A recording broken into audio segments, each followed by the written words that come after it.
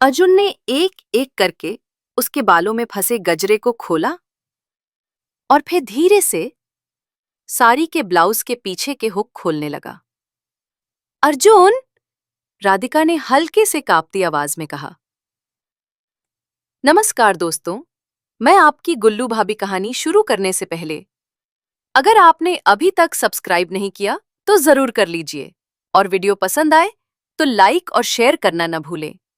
आप ये वीडियो कहां से देख रहे हैं ये भी कमेंट में जरूर बताना। चलिए अब शुरू करते हैं आज की जबरदस्त कहानी। हरियाणा के एक छोटे से गांव नीम का थाना में रहने वाली राधिका के जीवन में अचानक एक तूफान आ गया। उसका पति मनोज एक सड़क दुर्घटना में चल बसा, जिससे उसकी जिंदगी अंधकारमय हो गई। केवल 25 साल की उम्र में ही वो विधवा हो गई और अब उसे समाज की कड़वी नजरों और तानों का सामना करना पड़ता था। मनोज का छोटा भाई अर्जुन, जो अभी 22 साल का था, हमेशा से ही राधिका का सम्मान करता था। वो उसकी पीड़ा को समझता था और उसके साथ खड़ा रहता था। धीरे धीरे उनके बीच एक अलग ही रिश्ता बनने लगा। अर्जुन के मन में राधिका के प्रति स्नेह प्रेम में बदलने लगा, लेकिन वो समाज के डर से अपनी भावनाओं को दबाए रखता था। एक रात जब गांव में बिजली चली गई और अंधेरा छा गया, अर्जुन ने राधिका के कमरे का दरवाजा खटखटाया। वो डरी हुई थी और अर्जुन ने उसे सहारा देते हुए कहा, भाभी डरो मत, मैं हूं ना। उस रात दोनों ने अपने दिल की बातें एक दूसरे से कही। राधिका ने अपने अकेलेपन का दर्द बयां किया तो अर्जुन ने अपने प्रेम का इजहार किया।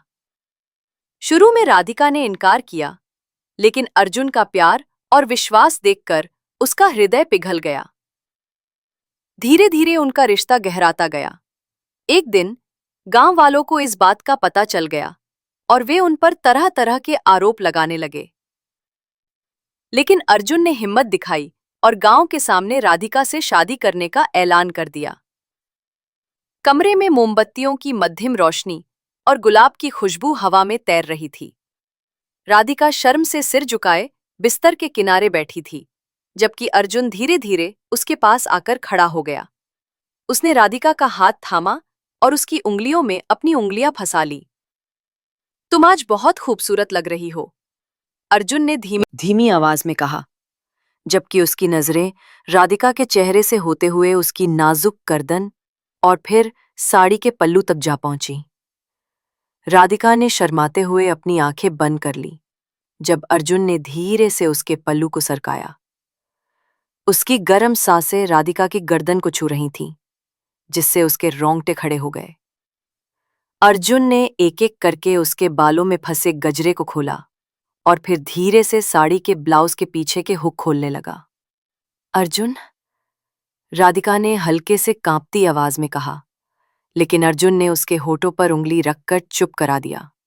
डरो मत, मैं तुम्हारे साथ हूं, उसने फुसफुसाया। जैसे जैसे उसके कपड़े धीरे धीरे खुलते गए, राधिका का शरीर हल्का कांप उठा। अर्जुन ने उसकी नंगी पीठ पर अपने होठों से हल्के हल्के चुंबन दिए, जिससे राधिका की सांसें तेज हो गईं। वो पलटकर उसकी आंखों में देखने लगी, जहां सिर्फ प्यार और चाहत थी। अर्जुन ने उसे बिस्तर पर लिटाया और अपने शरीर से ढक लिया। उसकी गर्माहट ने राधिका के मन का डर दूर कर दिया। जब उसने आखिरी बार उसके होठों को अपने होठों से छुआ, तो दोनों के बीच सारी हिचकिचाहट गायब हो चुकी थी। उस रात प्यार ने दो अकेले दिलों को एक कर दिया और राधिका ने जाना कि अब वो कभी अकेली नहीं होगी। अर्जुन और राधिका का प्यार दिन ब दिन बढ़ता गया। 1 साल बाद जब राधिका ने एक स्वस्थ बच्चे को जन्म दिया, तो पूरा गांव उनके आशीर्वाद देने आया। अर्जुन ने राधिका को गले लगाते हुए कहा, अब हमारा प्यार हमेशा के लिए अमर हो गया है। और इस तरह एक विधवा और उसके देवर के बीच का प्यार सामाजिक बंधनों को तोड़कर एक नया इतिहास रच गया। अगर आपको कहानी पसंद आई हो तो प्यार भरा लाइक, कमेंट और शेयर जरूर करें। आप ये वीडियो कहाँ से देख रहे हैं, ये भी कमेंट में जरूर बताना।